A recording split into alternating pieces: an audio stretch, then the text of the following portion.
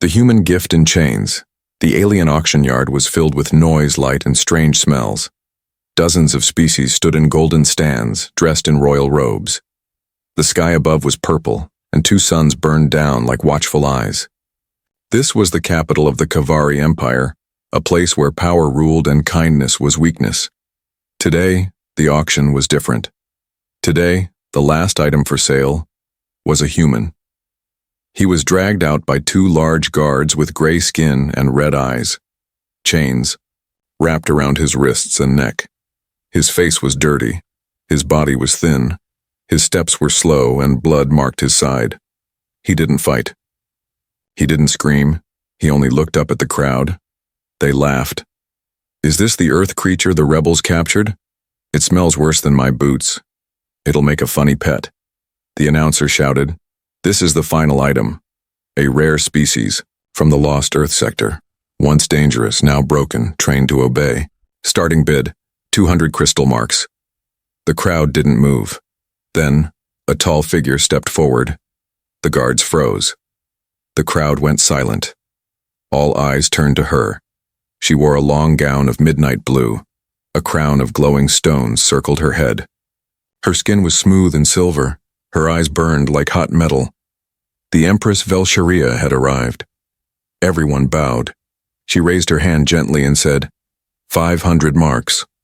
A gasp moved through the air. That was double the starting price. "No one bids against her," someone whispered. "No one dares," the announcer stuttered. "Sold. To her radiance, Empress Velsharia." Later, the human sat quietly in a golden hover cage inside the royal palace. The floor was soft, but the bars were cold. Alien symbols glowed on the walls. He was watched by two guards at all times. The Empress entered, her long cloak sweeping the floor. She stood in front of the cage and studied him. He didn't speak. She tilted her head and smiled a little. "So weak," she said in her alien tongue. "So quiet. They said humans used to be dangerous. But look at you now." The human looked up, eyes calm. She didn't know. She didn't know he could understand her language.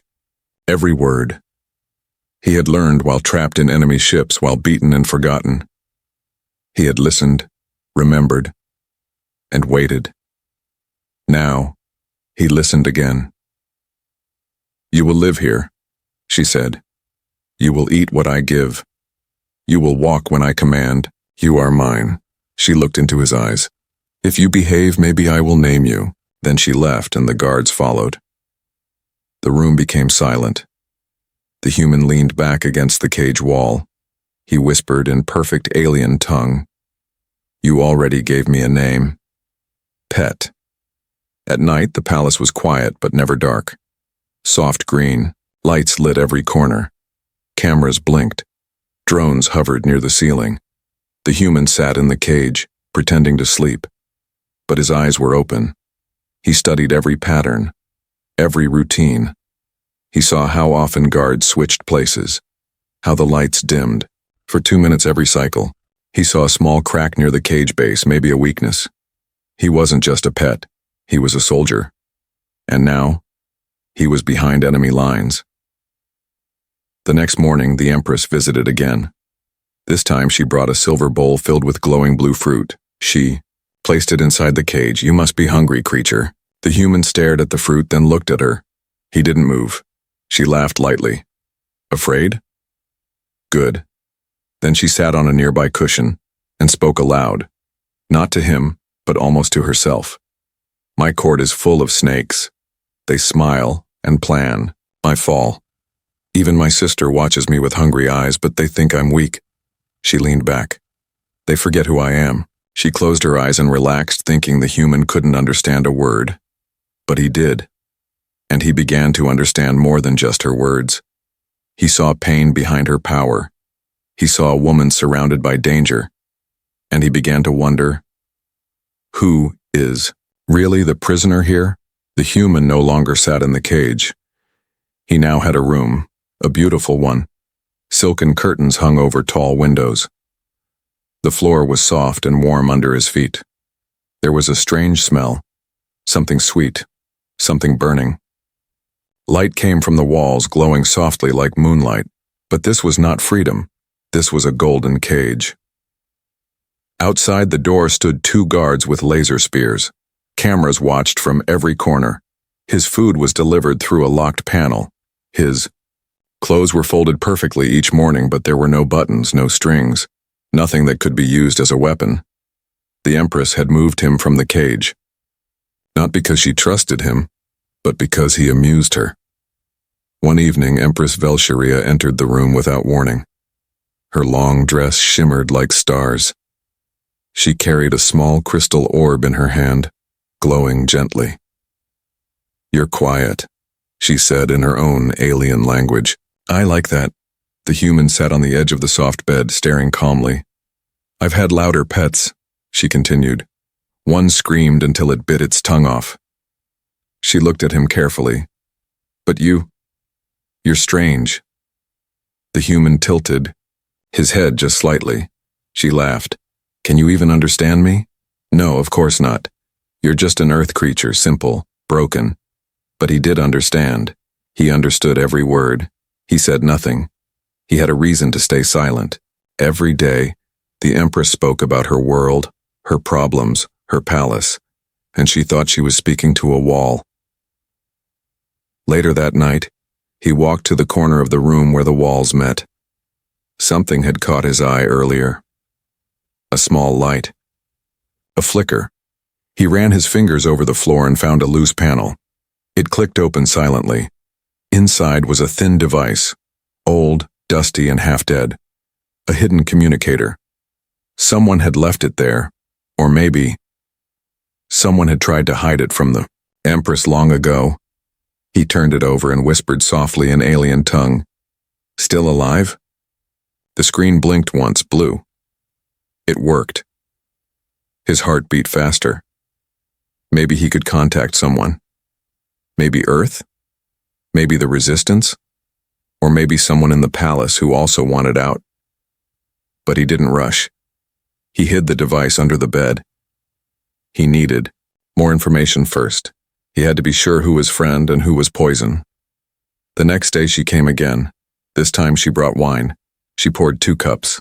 One for herself, one for him. He looked at the cup but didn't touch it. The Empress smiled. "Wise.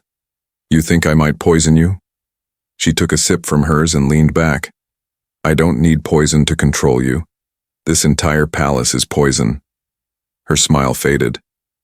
"They want me dead," she said softly. "The ministers, the generals, even my own blood. They think I'm weak." She looked at him. "But they're wrong." She stood and walked toward him slowly. "You think I don't see what you are?"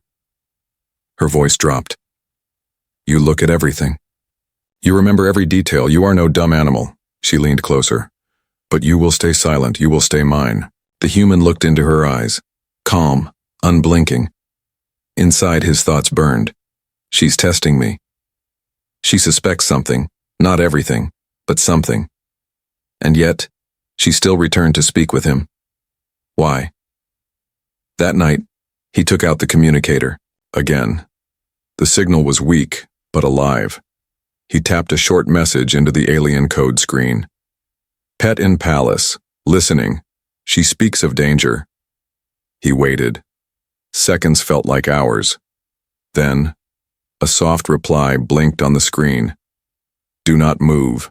The why. "Palace is not safe. Watch her. More is coming." His fingers tightened. He was not alone. As he lay on the soft bed that night, he looked at the door.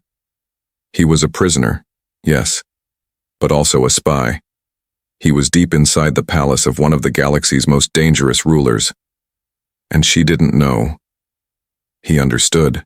He understood everything, and now he had a choice: save her, or destroy her. Days passed, but the human said nothing. He watched, he listened, and the Empress kept talking. Velsharia no longer treated him like a pet. She treated him like a mirror, a silent thing that reflected her fears, her pain, her anger. Every evening she entered his chamber. She never asked permission. She spoke freely in her alien tongue, thinking no one truly heard her, but he heard it all. One evening, the stars outside the window turned red. The Empress came into the room alone. No guards behind her this time. Her steps were slow. Her crown was missing. Her shoulders looked heavy. She sat across from the human and sighed deeply. "Another minister spoke against me today," she whispered. "They hide behind smiles, but they wait like wolves." She poured herself wine, but her hands were shaking. "My sister," she said, voice bitter. "She plans to take my throne. I found a message meant for her, hidden under a servant's." The message said, "Strike before the moon's turn, she will not see it coming." The human didn't move, but inside, he remembered every word. Then she stood up. She walked to the mirror and removed her long royal cloak. Under it was armor, thin, flexible, glowing with strange symbols. Not decorative, real battle armor. "I sleep in this now," she said without turning. "Even in my own palace, even in my own bed." Her voice cracked. Just a little. Then she turned around. Her eyes locked with his. "You sit there every day. You hear my secrets. You watch me with those silent eyes." She stepped closer. "Sometimes, I wonder if you understand me." Silence. "Do you?" she asked softly. The human tilted his head slightly. She stared at him. Then suddenly, she laughed. "Of course not. You're just an earth beast. Maybe I'm going mad." She turned and walked away. Her laugh echoed in the empty hall behind her. The next morning, the human woke to whispers outside his door.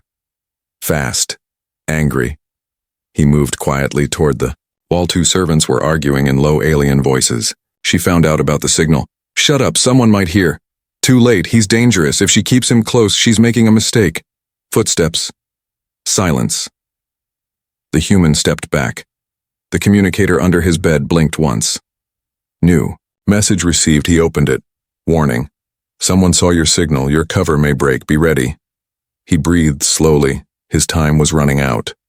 Later, Empress Sharia returned, but this time with no smile. She stood in the middle of the room, silent, her eyes cold.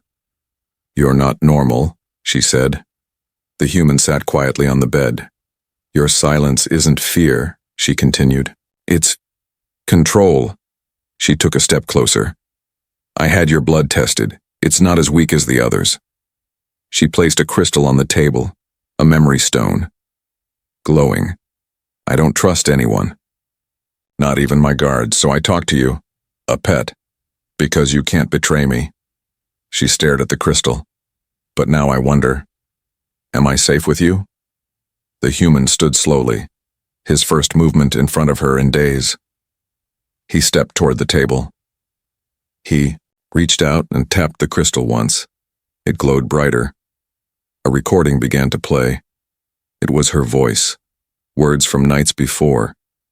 "Even my sister watches me with hungry eyes." Her eyes widened. He had recorded her? She stepped back. "You understood?"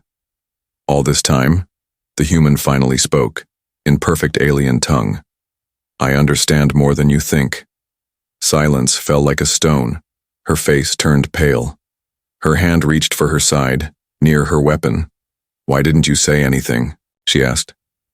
"Because I needed to know who you were," he replied. "Not just your words, but your truth."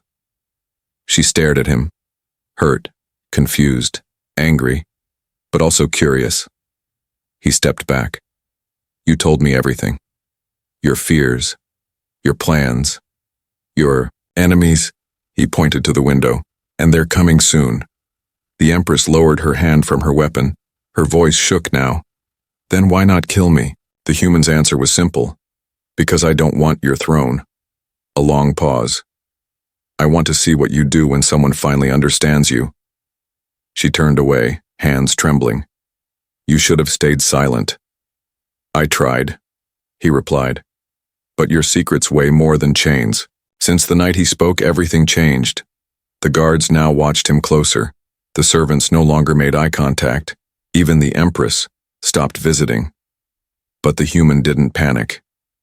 He observed, He waited. He knew what silence meant in a palace, full of liars. It meant someone was planning something.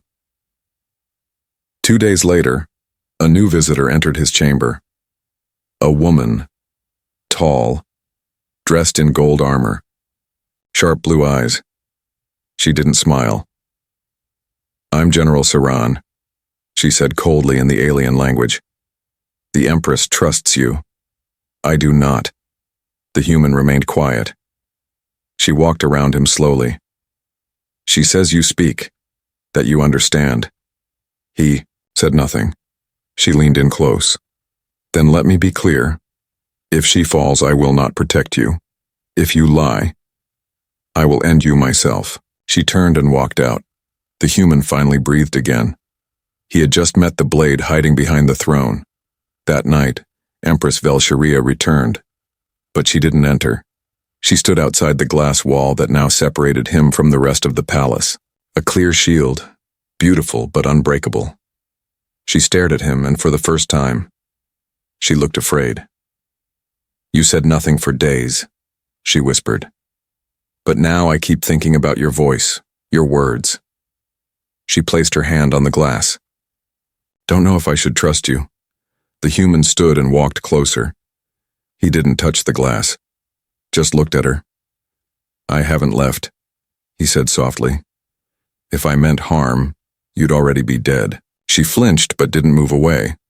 Later that night, he opened the communicator again. A message blinked. "Palace security weak on East Wing. Movement planned. Watch the Empress. Save her, and we act."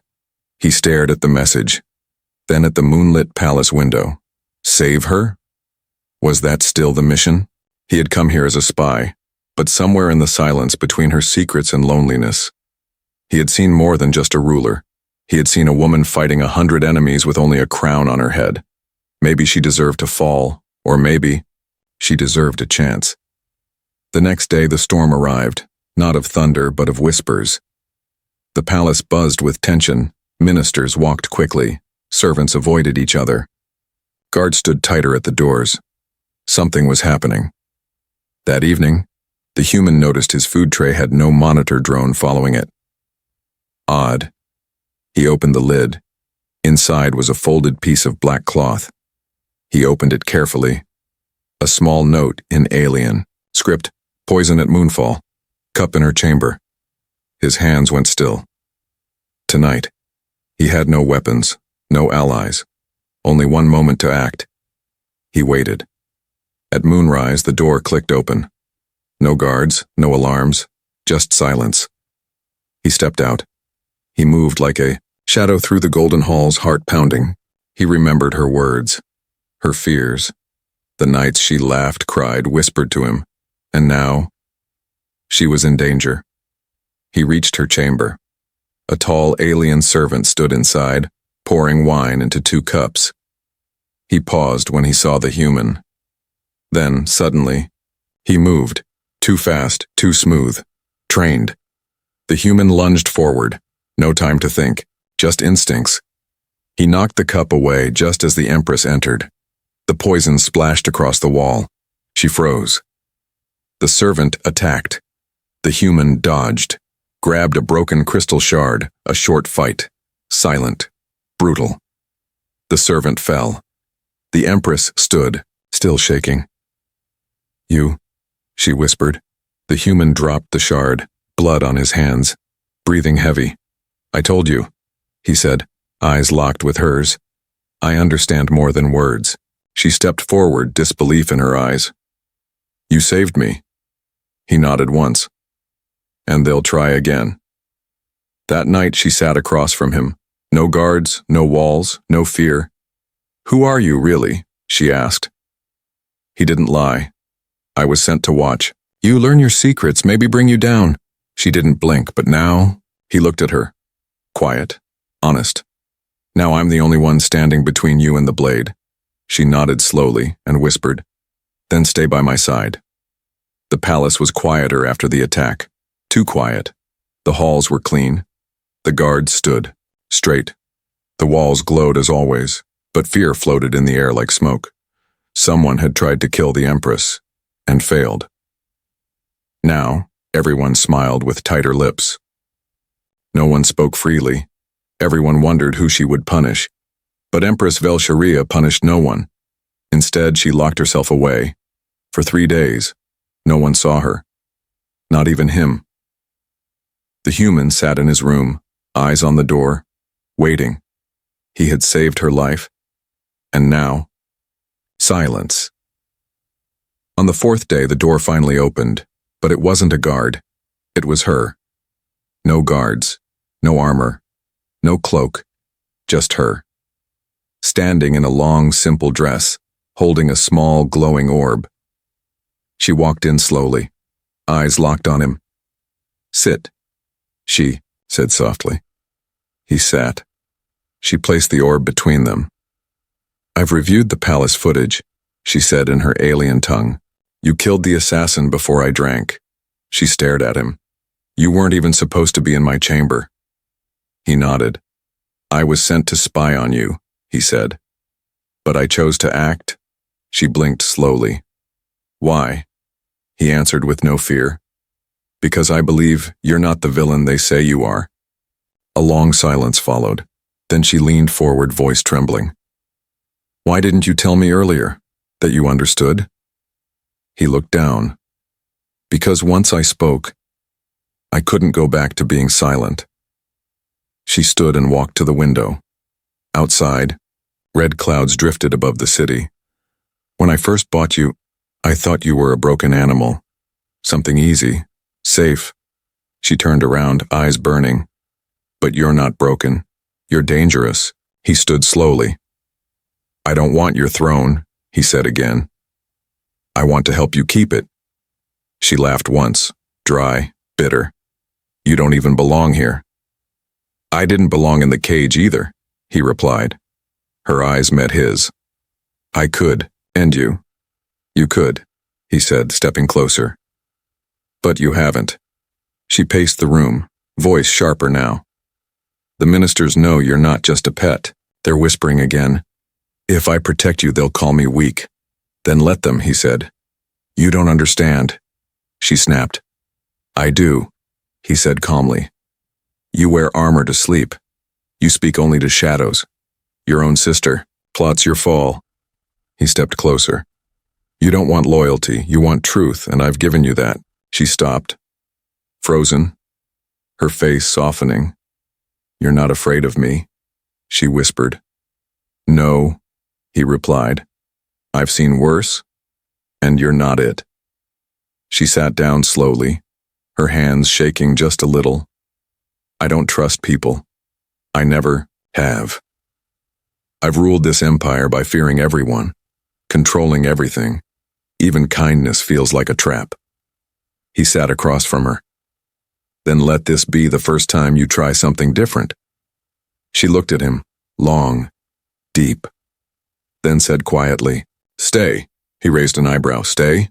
he asked. She nodded. "Not as a prisoner, not as a pet." Her voice dropped to a whisper. "Stay as my guard." He didn't smile, but something in his chest felt lighter. "You'll be hated for this," he said. "I already am," she replied. He looked at her, then answered softly, "Then I'll stay." That night, the guards outside his door changed. His chamber was moved, no longer cold and distant, but a quiet place near the Empress's private quarters. He was given clothes made for warriors, not pets. But most of all, he was given something strange: respect. Some servants bowed. Others avoided his eyes. A few whispered as he passed, but none dared challenge him, not anymore. Late that night, as the palace lights dimmed, she stood outside his door again. "You're not sleeping?" He shook his head. "I'm used to danger. Sleep comes later." She nodded. "Tomorrow I name you publicly, as my personal protector." He looked at her. "And your court?" "They will scream," she said, "but they won't stop me." He opened the door wider. "Do you trust me?" he asked. She didn't answer, but she stepped inside. And for the first time since she wore the crown, She let someone walk beside her. The grand hall of the Kavari Empire was filled with light and whispers. Nobles lined the walls in gold and silver robes. Ministers stood tall but tense. Soldiers held their weapons close, eyes watching everything. All waited, all whispered. Why had the Empress called a sudden assembly? And why was the human standing at her side? Empress Velsharia walked slowly to the center throne. Her armor sparkled under the high ceiling, but her voice was sharper than any jewel. Today, she said in her native tongue, I name a new protector. A pause. This human, she continued, placing a hand on his shoulder, once entered my palace in chains. He was silent, forgotten, sold as nothing. Murmurs grew louder. She raised her voice. But in silence he watched. In silence he listened. And when the blade came for my life, he was the one who stopped it. Gasps. Nobles looked at each other. Some stepped back. Velsharia turned to face them fully. You called him a pet, she said. But I call him something else now. She looked at him, her expression unreadable. He is now my sworn protector, and my trust lies with him. The room exploded with voices. You trust a human? He's tricking you. This is madness. But none stepped forward.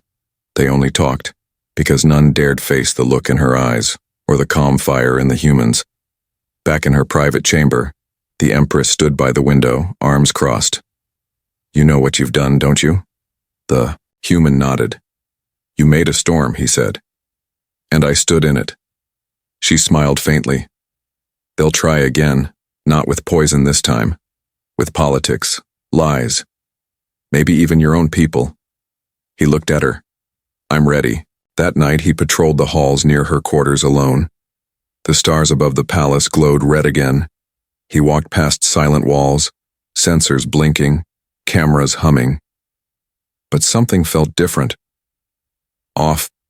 A breeze touched his skin, but all windows were sealed. His hand reached for the blade at his waist, the Empress's personal gift. Then, movement. A figure in the shadows. Fast. Silent. Not a servant. Not a guard. A killer. He moved quickly, stepping into the path of the figure just before they reached the door to her room. The figure drew a long, thin weapon, a needler designed to paralyze. The human ducked low, twisted, and slammed the attacker into the wall. The weapon fell. The figure hissed, non-human voice sharp and wrong. He struck again. The intruder dropped. But it wasn't over.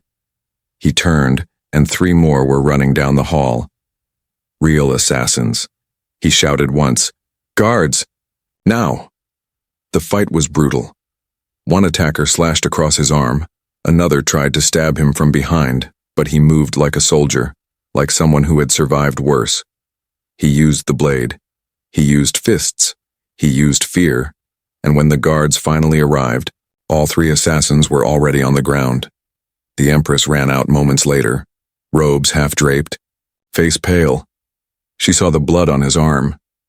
She saw the bodies on the floor, and for a moment, just a moment, her eyes filled with something strange. Terror. Not of the killers, but of losing him. She walked to him slowly. You could have died, he shrugged. So could you. She looked at his arm, then grabbed his hand. You are more than a protector, she said. He raised an eyebrow. I thought I was more than a pet. She gave a dry laugh, then looked away. I don't know what you are anymore. Later, after the halls were cleaned and the attackers taken, she sat beside him in the quiet room, his wound wrapped, the fire low. You were supposed to be easy, she said. A toy, a shadow. He nodded. And now? She didn't answer right away. Then she whispered, Now you're the only one I look for when danger comes. The human leaned back, eyes on the fire. And what happens? When I'm the one in danger? She turned to him. Then I protect? You, she said softly. For once, I protect someone else. The throne room was silent. No music. No celebration. Just rows of nobles with stiff backs and tighter hearts. A trial was happening, but not for the traitors who tried to kill the Empress. For him, the human. He's a spy, one minister said, pointing. He was sent here to destroy us. He speaks our language. He faked his silence. He's dangerous. He killed 3 royal-born attackers. That is blood crime. Each voice added weight like stones thrown in a storm. But the human stood tall, silent, calm. He didn't beg. He didn't deny. He only looked at the Empress. She sat on her throne, crown on her head, but pain in her eyes. To save him now would mean turning her empire against her, but to let him fall, it would mean turning her heart against itself. The judge, a tall noble in silver robes, raised his hand. Final words, Empress? All eyes turned to her. She rose slowly. Her voice echoed across the hall. Many of you fear this human because he is not one of us. She looked across the crowd. But none of you stood between me and death. Not once. She walked down the steps. Of the throne, he did. He was sent to spy. Yes, that is truth. Whispers spread. She raised her hand. But that mission ended the moment he chose to protect me. Silence. She turned to him. He had the chance to kill me. Again and again. But he didn't. She looked at the nobles. Do any of you think he is still just a pet? No one answered. She nodded once, then said something no one expected. He is my equal. And if that makes me unfit to rule, then take the crown. Gasps. The judge stood, shaking. This is not tradition. This is truth, she said. And then she did something even more shocking. She turned to the human, knelt down, and held the crown in her hands. I can only wear this if you stand with me. The room was frozen. One breath, one choice. He looked at her, at the people, at the future waiting behind those golden doors. Then, he stepped forward. He took the crown, not to wear, but to lift it back onto her head, and he whispered loud enough for all to hear, "My Empress, my choice." The nobles bowed, not because they all believed, but because they all feared the fire in her eyes, and the steel in his. In the days that followed, changes swept through the empire. Old ministers were removed. New guards were sworn in. The human no longer walked in silence. He walked beside her, not behind. One evening, as red suns set behind the silver towers, the Empress stood with him on the royal balcony. The stars feel closer tonight, she said. Maybe they are, he replied. She turned to him. Do you regret staying? He shook his head. I've never been more free. She smiled softly. You were once my shadow. Now, you're my strength. He didn't answer, but he took her hand, and for once no warships flew, no alarms rang, just silence and peace.